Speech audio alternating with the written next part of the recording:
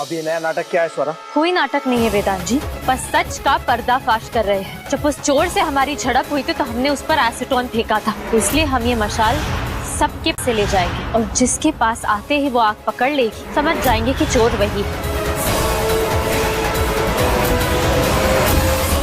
वेदांत स्वरा के थोड़ा थोड़ा करीब आ रहा है और यहाँ पर ये देखकर ना कोयल और भाई जो ध्वनि है ना उनको बहुत चिड़न हो रही है, बहुत जलन मच रही है और लग रहा है कि ये कैसे हो गया, क्योंकि यहाँ पर तो भाई स्वरा को उनको घर से बाहर निकालना था, वेदांत को भी अपनी जिंदगी से निकालना था, प्रॉपर्टी वगैरह सारी छीननी थी। अब ये नया नाटक क्या है स्वरा? कोई नाटक नहीं है वेदांत जी, बस सच का पर्दाफाश कर रहे हैं। जब उस चोर से हमारी झड़प हुई थी तो हमने उस पर एसीटोन फेंका था, इसलिए हम ये मशाल सबके। लेकिन यहाँ पर तो कुछ उल्टा ही हो गया। यहाँ तो इन लोगों की इतनी अच्छी केमिस्ट्री बनती जा रही है कि भाई थोड़े दिन में तो ऐसा लग रहा है कि कोयल और ध्वनि को ही बाहर निकलना पड़ेगा।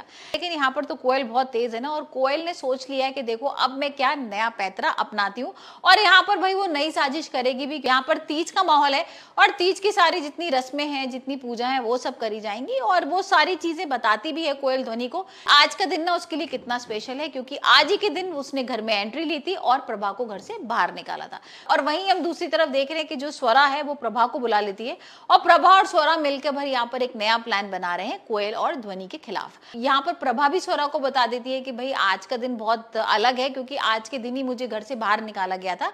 और स्वरा इस बात को सुन के ना भाई बोल देती है कि मैं आपको वादा कर रही हूँ कि आपको जल्दी में इस घर में लेकर आऊंगी और यहाँ पर कोयल को घर से बाहर निकालूंगी। उसके पैर वगैरह छूती है, उससे आशीर्वाद लेती है कि भाई आज मैंने ना तीज का व्रत रखा है अपने वेदांत के लिए और आप मुझे आशीर्वाद तो देकर जाओ। क्योंकि अचानक से ना उनको लगता है कि भाई रुद्र आने वाला है और रुद्र आ भी जाता है।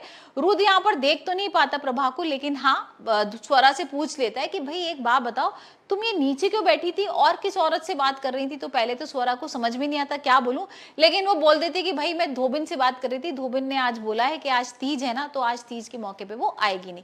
तो यहाँ वो बच तो जाती है, लेकिन यहाँ पर रुद्र उसको वार्निंग भी दे जाते हैं कि भाई आज तीज का माहौल है और कुछ भी ऐसा मत करना कि जिसकी वजह से यहाँ पर कोई नाटक हो। हमेशा की तरह यहाँ पर जो इंदु है वो जरूर बोल देती है। यहाँ पर इंदु बोलती है भाई कोयल को कि एक बात बताओ, सारी चीजें तो ठीक है, आपने डेकोरेशन बहुत अच्छा किया है, सब कुछ बढ़िया किया है, तैयारियां बहुत अच्छी हैं, लेकिन आपने इस तरीके का अपशगुन क्यों कर दिया कि भाई कोई रीति रिवाज नहीं है। और ये सुन के ना कोयल को थोड़ा सा अजीब लगता है और वो कोयल पूछती है कि मैंने ऐसा क्या कर दिया है। यहाँ पर इसी तरह का माहौल चल रहा होता है और इतने में ना कोयल भाई रीति रिवाज शुरू कर देती है और यहाँ पर कोयल स्वरा को देती है कमर की करधनी। और भाई बहुत हैवी करधनी है, वो सोने की है और बहुत कुंटल की, मतलब बहुत महंगी करधनी है, जिसे देख के ध्वनि के तो होश ही उड़ जाते हैं।